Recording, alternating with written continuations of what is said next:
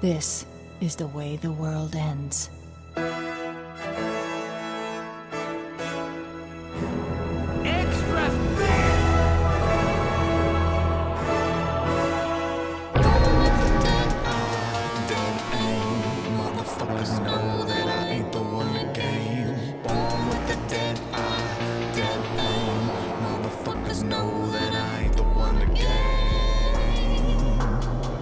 This is a movie poster I keep seeing reposted and memed on throughout the internet. I've seen the same poster for years and realized this movie set for 2017 has not come out. What is this? Well, Blazing Samurai was sort of a loose tribute to the movie Blazing Saddles, one of the most influential comedies of the 70s from Mel Brooks' filmography. These are the movies Family Guy and Scary Movie wish they could be, and I guess Blazing Samurai too. They even got its director Mel Brooks to co-produce this homage to his work, since apparently someone watched this adult comedy classic and thought, yeah, this is perfect for families. Hey, the sheriff is a nick. What are you saying? The sheriff is near. No, God blame it, dang blame it. The sheriff is a nick. It was to feature the voices of Samuel L. Jackson, George Takei, Ricky Gervais, and a then 5-year-old singer, Joy Jerkins, from America's Got Talent. The lead was played by Michael Cera, who voiced a dog that wishes to be a samurai in the land of cats. Whereas Saddles was a movie about a black man that wants to be a sheriff in a town of white people. Interesting take, but okay.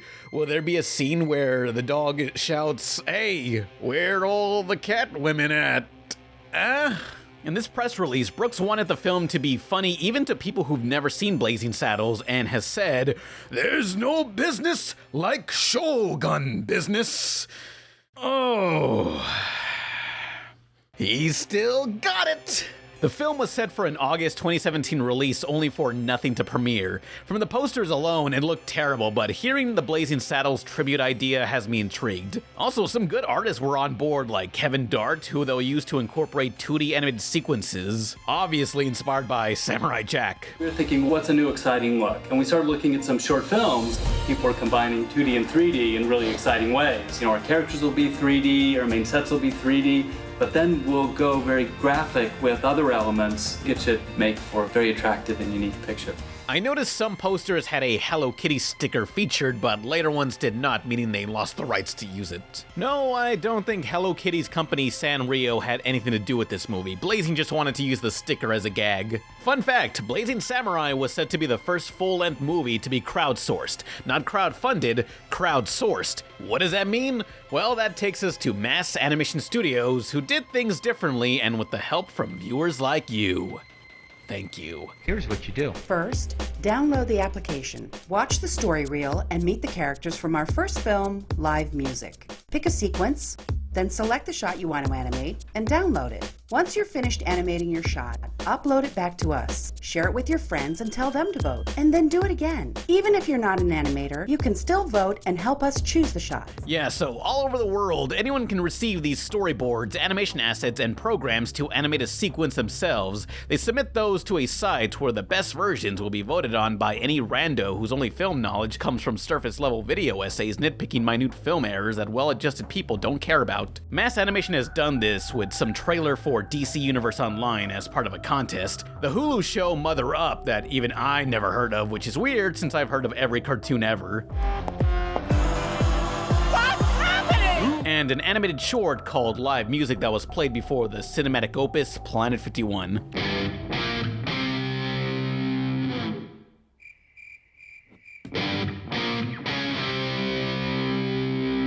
So, do the people outsourced for these industry jobs receive proper payment? Even if you're not an animator, you can still vote and help us choose the shots. Every week, the animator with the most popular shot will receive a new Dell XPS system, and the grand prize winners will receive $500 per shot and a credit in the film. Well, who needs a salary when you can maybe win a Dell computer if you're voted the most popular that week? And maybe, just maybe, if you're the grand prize winner, you get $500 per animation shot that made it in, whatever constitutes a grand prize winner. Also, only those who are grand prize winners actually get their name in the credits, so for everyone else's work on a theatrically released product, your name is not officially documented. documented. But hey guys, it's a contest, it's fun. Who needs money or a resume? You love art, it's fun. Everybody work.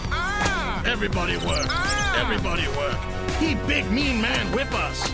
We are slaves. I know it sounds great that people nowhere near an animation studio can be part of a product, but this contest seems scummy. They're basically paying you an exposure, like your name is going to be in the credits and people will know who you are, when really you're just one name among many others.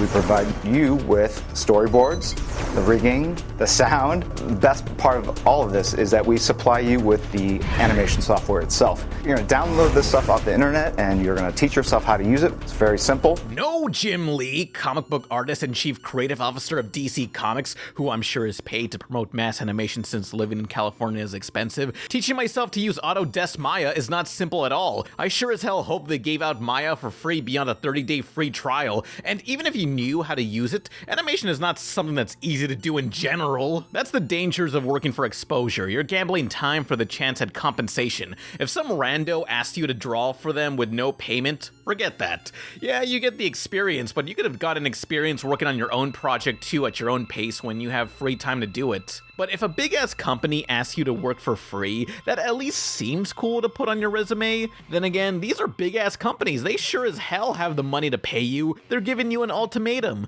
You want to be in the industry? Well, you just have to work for free while we profit off your work. Come on, don't you want to live out your dream, be the next big animator? DC Universe Online. So this is my challenge to you. Come join us and you could be the next legendary animator.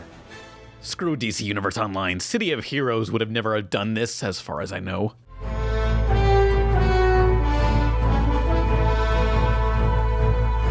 Mass Animation structured these projects as a contest. Well, at least with other contests like design your own shirt, you're free to draw what you want as long as the characters aren't going raw into each other and other rules. It has to be appropriate and they have to wrap it before they tap it. Yes, you'll get some form of payment or a prize, though these companies own that piece of work and are free to profit off it forever while you get no royalties. That's kinda iffy, but at least you're free to draw whatever. For Mass Animation's work on DC Universe Online, their contest was to animate some emotes for the game. You're not creating your own emote, you're assigned an emote and have to animate it. Whoever made the best version of that same emote wins the contest and has their work featured in the game. This is free labor. Then again, I guess you can pass off any free labor as a contest if you try hard enough. Unrelated, are there any carpenters watching this? I'm having a contest. It's called Build Me a Fucking Square-Ass House Like the Powerpuff Girls. I won't pay you, but whoever builds the nicest room wins a Nokia N-Gage with Pro Skater 1. It's a pretty alright port, though Goldfinger is not on the soundtrack for some reason. Please, it's a contest. It's good experience. I'll tell everyone who made it. Morning, friend. Want your turn at whitewashing? It's powerful fun. Why, you ain't fooling me again, Tom Sawyer. If I may. Now get to work!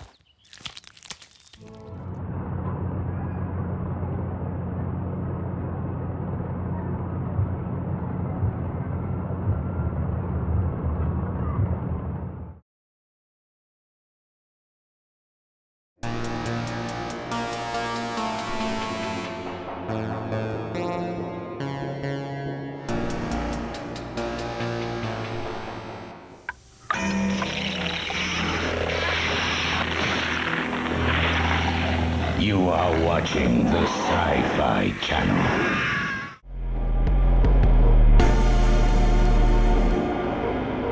While Mass Animation's website has not received an update since 2010, Blazing Saddles was announced 5 years later and would use this format. But the main stuff like designs, models, rigs, and storyboards would be handled by Arc Productions, formerly known as Stars Animation. They've given us Hoodwink 2, Troll Hunters, a bunch of Barbie or Thomas the Tank Engine movies, and also 9. Blazing Samurai looked to be an interesting, kinda shady, experiment, but let's see how this'll turn out. Let me tell you what that shit means.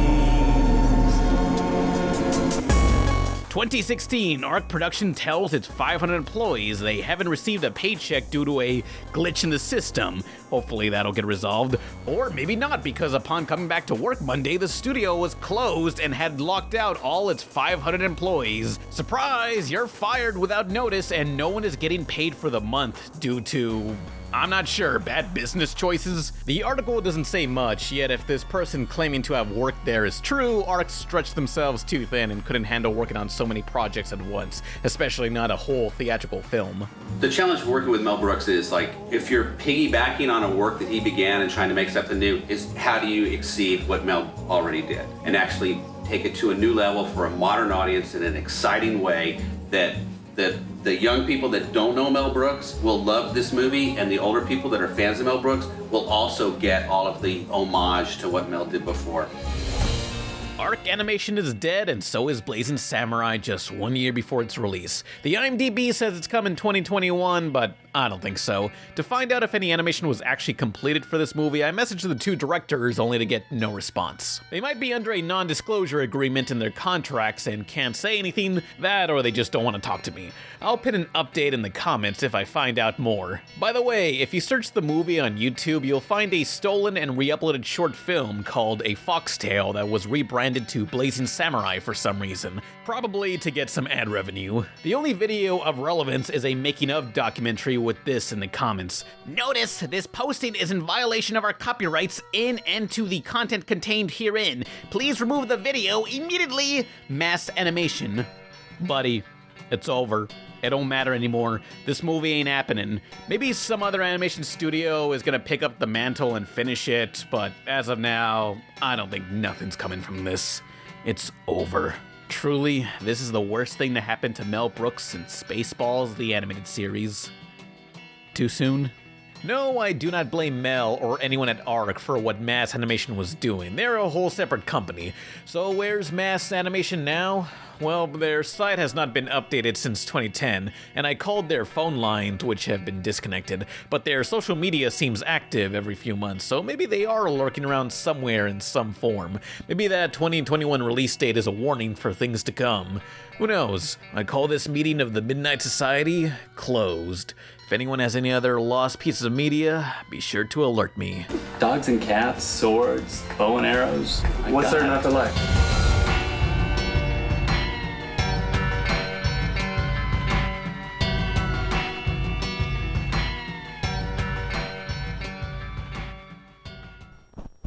Blazing Saddles is back. Are you crazy? They'll never go for it. And then again, they might. Directed by Mel Brooks. Work, work, work. And starring Mel Brooks. Captain Rock. So who else is there to blame but Mel Brooks? Yes? What a nice guy. We've got to protect our phony baloney job, gentlemen. Who can argue with that? Ditto. The amazing Blazing Saddles rides again. Rated R.